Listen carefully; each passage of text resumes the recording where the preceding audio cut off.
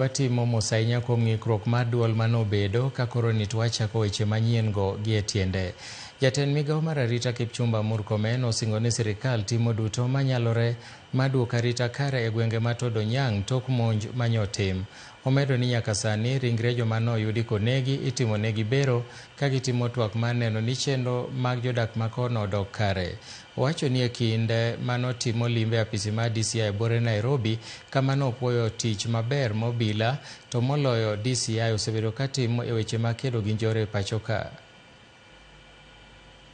So I want to confirm that so far, thanks to the government efforts, diplomatic efforts, and the team that I set up in Todonyang, plus the team that comes from Ethiopian government, and going through a whole government approach, we've been able to speak to the Ethiopian government, and we're working together. Our local administration, the team set up in Todonyang, together with the local administration on the other side of Ethiopia, are working together, and for them for working together to search and rescue those who may be alive, and if unfortunately those who have passed away, to find their bodies. Unfortunately, yesterday in this search, we found that already 2 bodies were found, and the postmortem was done, and samples taken, and the families were, the bodies were buried, and more search is going on today, and we'll be updating the country as it goes on. This is a very regrettable situation. It's a very sad occurrence.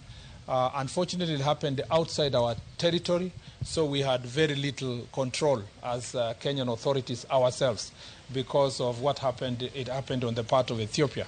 And so we needed a lot of negotiations to have access on that side, and I'm glad that the Ethiopian government assisted us to work on access.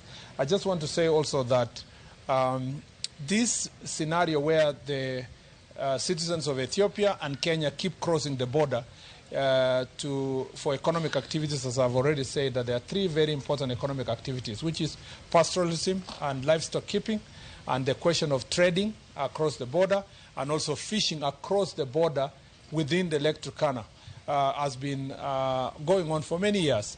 And unless there is a trigger, like in this case, there was a trigger on a criminal who went from our side to Ethiopian side and caused this situation, there would be no retaliatory attacks of this magnitude.